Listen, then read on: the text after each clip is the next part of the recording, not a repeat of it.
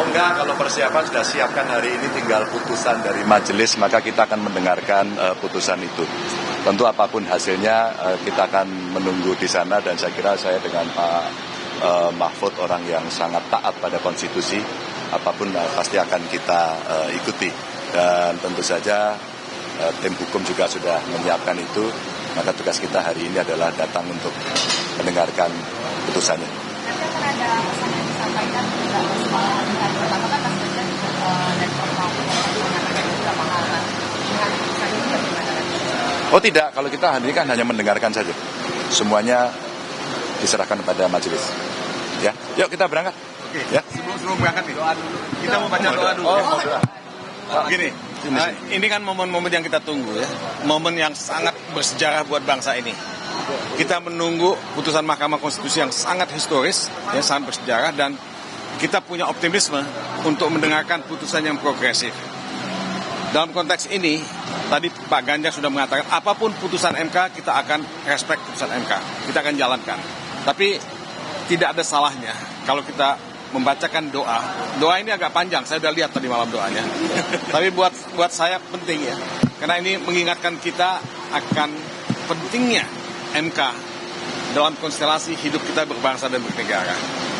Momen-momen kebenaran ini penting, karena kita bisa bertanya pada diri kita, sejauh mana kita jujur terhadap diri kita, sejauh mana kita jujur terhadap Tuhan yang Maha Esa, sejauh mana kita jujur terhadap konstitusi, sejauh mana kita jujur terhadap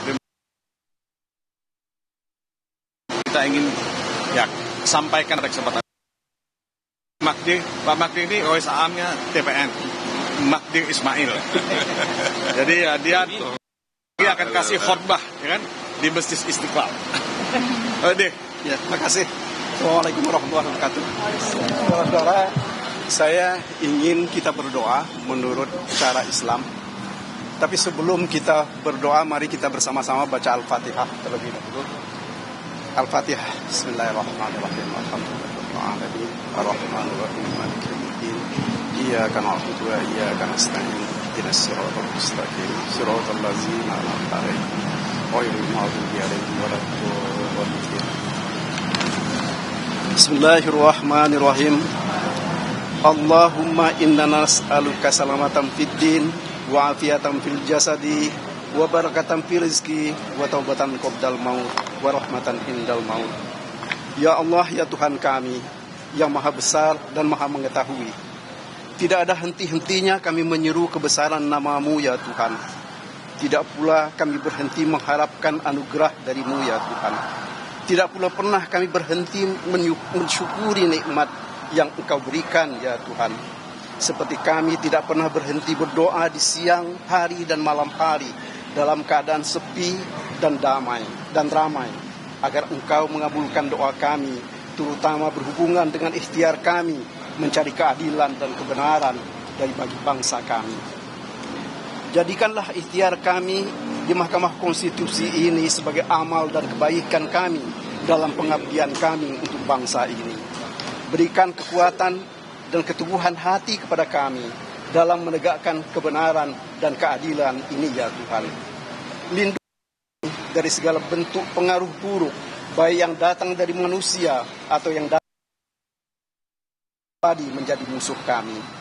Ya Allah, ya Tuhan kami, hanya Engkau yang bisa memberikan petunjuk kepada hakim-hakim di Mahkamah Konstitusi yang mengadili perkara kejahatan pemilihan umum yang dilakukan oleh sebagian orang yang beritikat buruk dalam mempertahankan kekuasaan untuk dirinya sendiri, kelompoknya atau keluarganya. Pikiran dan bersihkan hati mereka ketika dalam memutus kejahatan pemilihan umum yang dilakukan oleh segelintir dari bangsa kami yang tamak dan meninggalkan hukum dan etika dalam menjalankan demokrasi. Jauhkan mereka dari sikap tamak terhadap kekuasaan. Jangan pula Engkau jadikan mereka sebagai orang-orang yang takut dalam menegakkan kebenaran dan keadilan. Bukakanlah pintu hati mereka bahwa tanggung jawab mereka bukan hanya kepada pemerintah atau kepada Mahkamah Agung atau kepada Dewan Perwakilan Rakyat, karena mereka dipilih dan mewakili ketiga lembaga itu. tetapi mereka harus bertanggung jawab terhadap seluruh bangsa Indonesia sekarang dan masa yang akan datang, dan akhirnya akan bertanggung jawab terhadapmu di hari akhir, ya Allah. Terangkanlah pikiran dan bersihkan hati para hakim konstitusi dalam memutus kejahatan pemilihan umum ini. Karena bagi kami, Pilpres ini bukan hanya karena masalah kalah dan menang, tetapi adalah sebagai upaya memelihara akal budi dalam menegakkan kebenaran dan keadilan.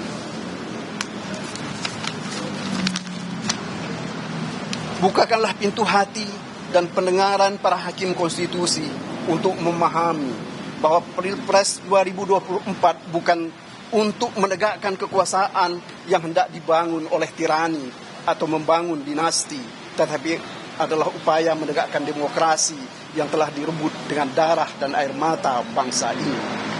Tunjukkanlah kepada mereka, sekecil apapun kejahatan itu adalah tetap kejahatan, dan kejahatan itu selalu mendatangkan kemudaratan.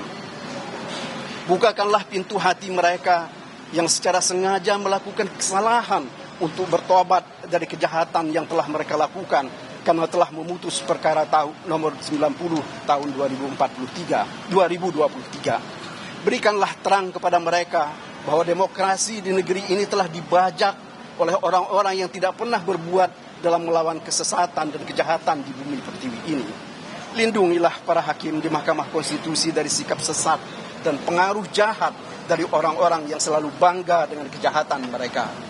Teguhkanlah hati para hakim di Mahkamah Konstitusi untuk menyampaikan kebenaran meskipun pahit, seperti para sahabat pengadilan yang sudah menyampaikan pikiran dan pendapat mereka bahwa ada yang salah dalam pelaksanaan pemilihan presiden yang dilakukan tahun 2024 ini.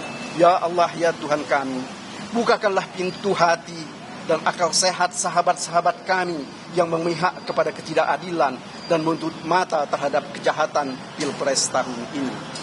Terangkan pikiran dan nurani mereka untuk menjunjung tinggi kebenaran dan keadilan, dan menunjukkan kepada mereka sekecil apapun kejahatan, dan kejahatan itu akan selalu ditulis meskipun hayat sudah tidak dikandung badan. Ya Allah, ya Tuhan kami, jangan engkau jatuhkan azab dan murkamu kepada pemimpin-pemimpin kami yang secara sengaja telah melakukan kejahatan untuk memenangkan Pilpres 2024 dengan segala cara ini. Bukakanlah pintu hati mereka untuk bertobat dan menyesali perbuatan laknat mereka. Jangan pula engkau biarkan para pemimpin kami akan menjadi megalomania karena harus dengan kekuasaan. Tunjukkanlah kepada para pemimpin kami bahwa kekuasaan itu tidak pernah ada yang kekal, dan kekuasaan itu